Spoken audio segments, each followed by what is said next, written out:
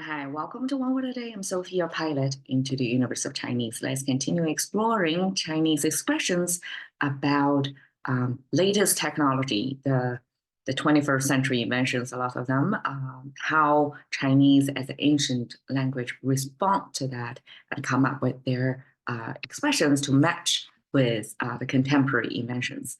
Okay, so today's expression is 智能制造. You can see two of them happen to have the same pronunciation, but the character looks completely different. And for Chinese, when we hear it, it's the same sound, but because of the context, when we hear 智 after 能, we know most likely it's talking about intelligent energy. And when we hear 制造, right, when this pair together, then we know, okay, it's about making things. So one is probably about thinking things, one is about making it. Okay, so 智能, yesterday we talked about 人工智能, artificial intelligence, and that's Chinese intelligence translation. But lots of Chinese contemporary expressions, when we translate one English concept, we use two Chinese characters to map it. That's because each Chinese character have this multitude of meanings. And by having two of them together, it kind of serve as a locking system to have the two particular meanings lock in together to be more specific on its definition.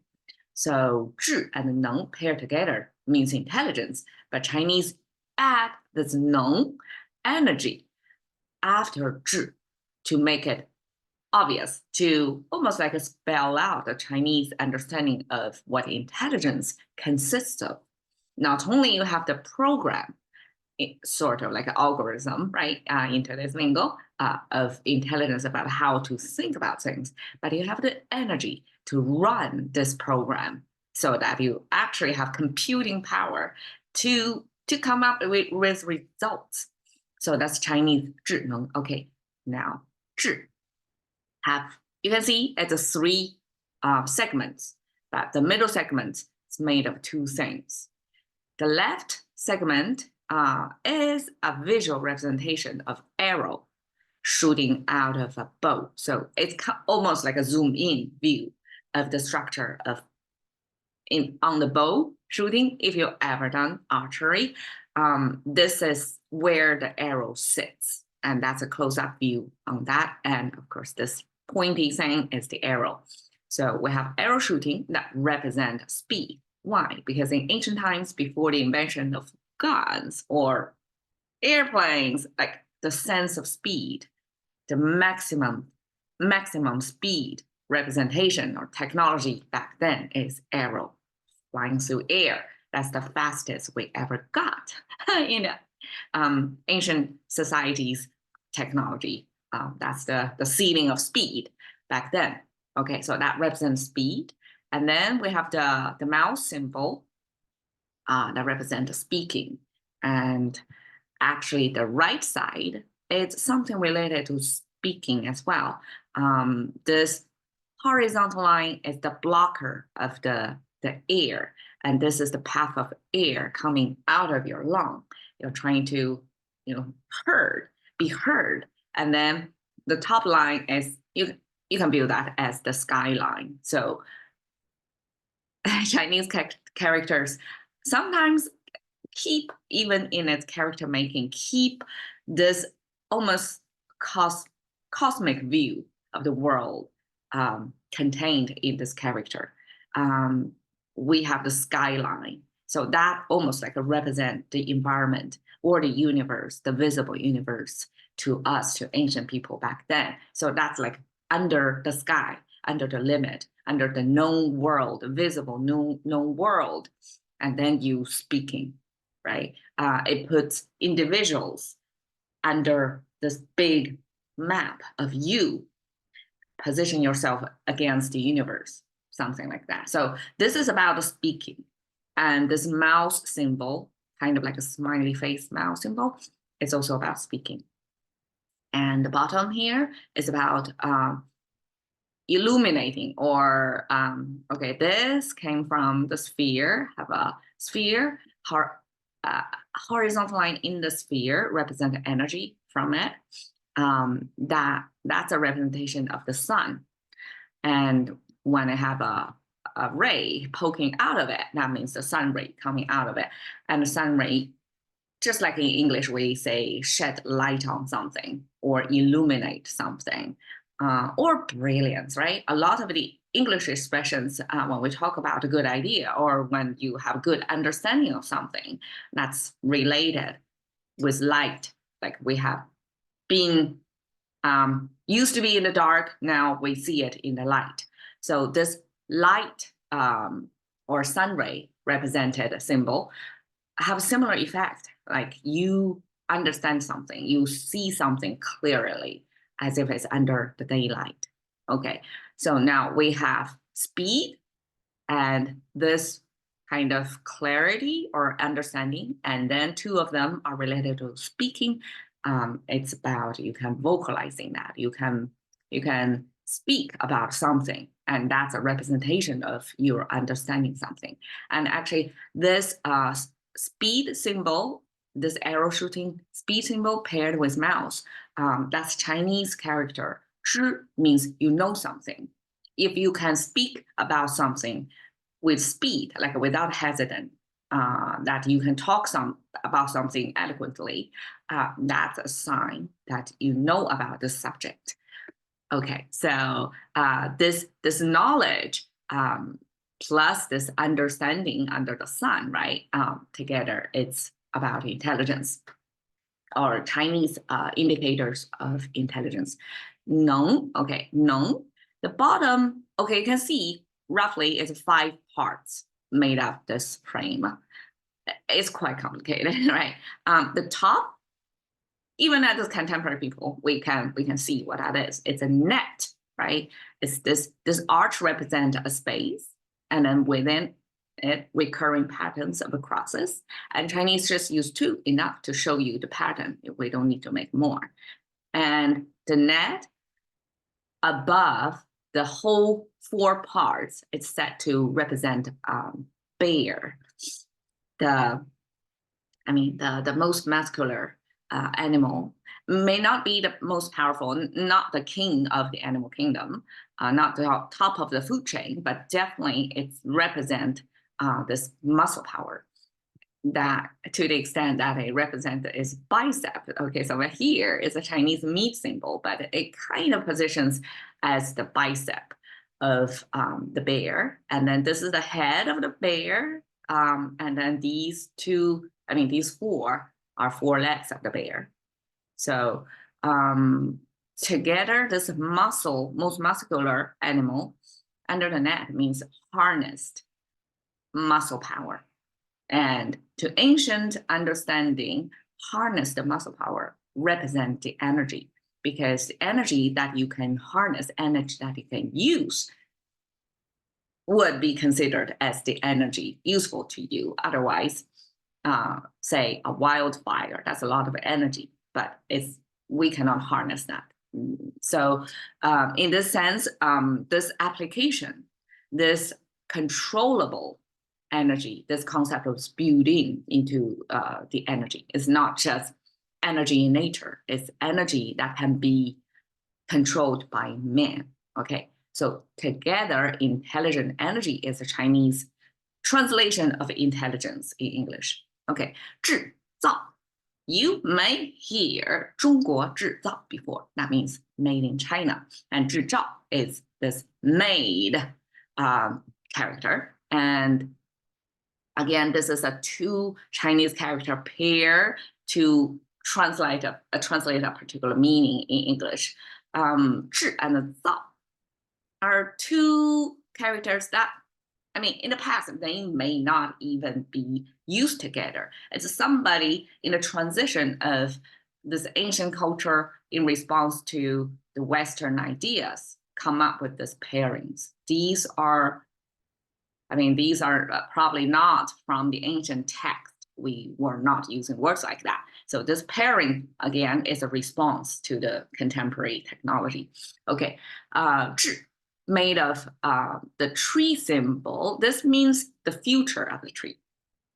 or the high maturity of the tree, because the top is the canopy of the tree.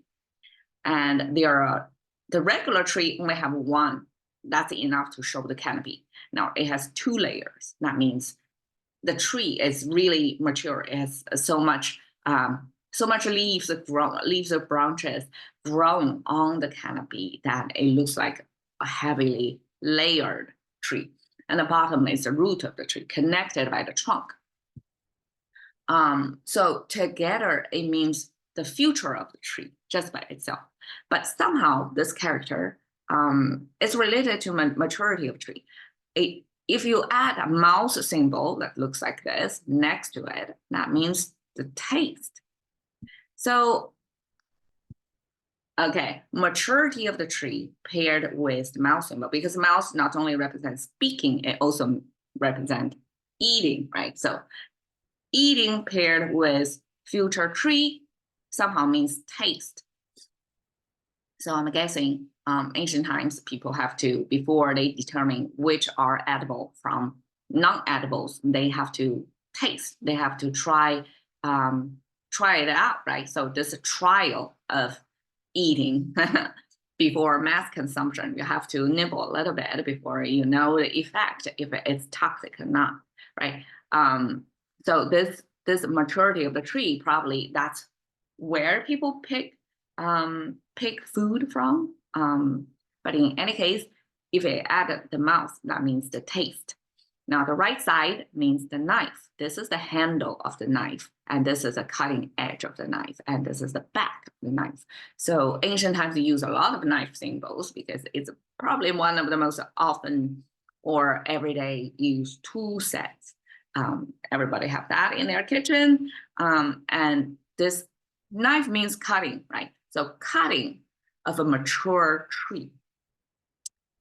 Together, it means, I translate it as a cut, but that's not a full story. It's only the beginning of making something. You have to start from, almost like you have to start from this drawing, and then you reconstruct, right? So this cutting means you're shaping, you're destroying something by changing the shape in its original form, even if it's a mature tree. Like mature tree, almost like a perfection in nature, but now you're going to transform it by applying your knife or cut to it. So that's the beginning of the making. Now, 造, probably if 智 is the starting point, 造 probably is the end point.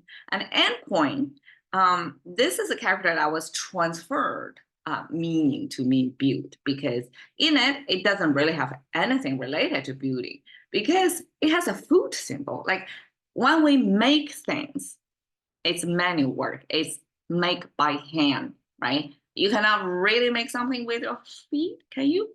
Right? So Chinese character, this build, actually have a food symbol in it. So this is the food symbol. 3-toe foot symbol. This is the big toe. This is the arch of the toe. And pinky, the rest of the toes. That's an abstraction of the foot symbol. And the 3 strokes means the footsteps you take through space. So that's like a visually laid out. It means you're actually walking because there are footsteps as proof. So the whole thing, the foot symbol plus the footsteps means you're walking.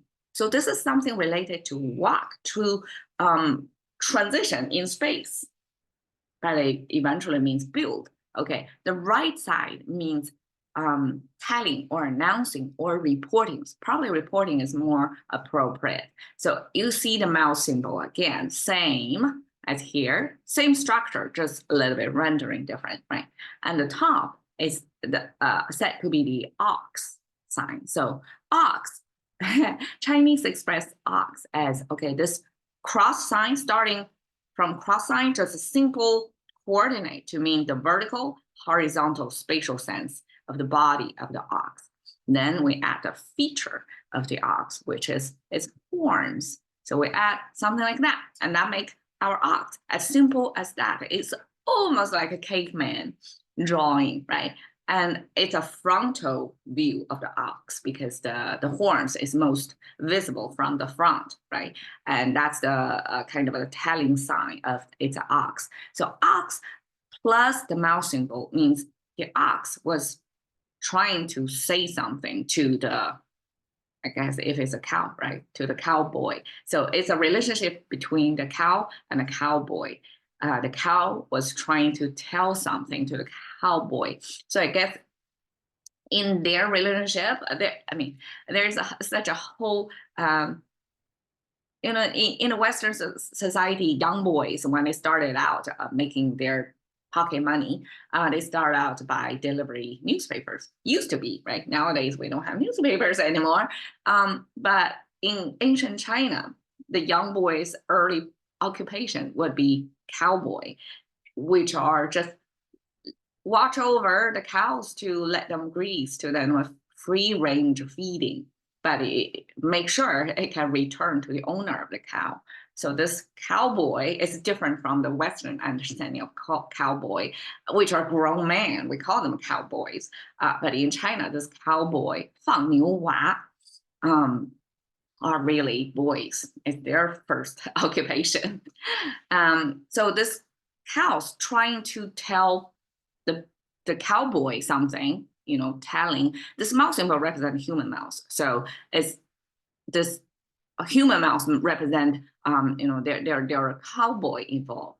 So this cow trying to talking to the cowboy. So that there is this communication connection there. And eventually this reporting paired with walking was an ancient character for delivery to like you're going for somewhere, because it's related to traveling, right? Traveling through space, but you probably have a purpose of traveling through space, but with the purpose of reporting something. So supposedly you're going from the local to more central, so that you're kind of, this reporting is also directional. It's from the lower rank to higher rank. So you're going to report something by traveling. And that eventually somehow converted to build, to make stuff. So there is a disconnection over there, like why in the history, what happened, why somebody go walking somewhere to report something, then convert it to transform its meaning to be built.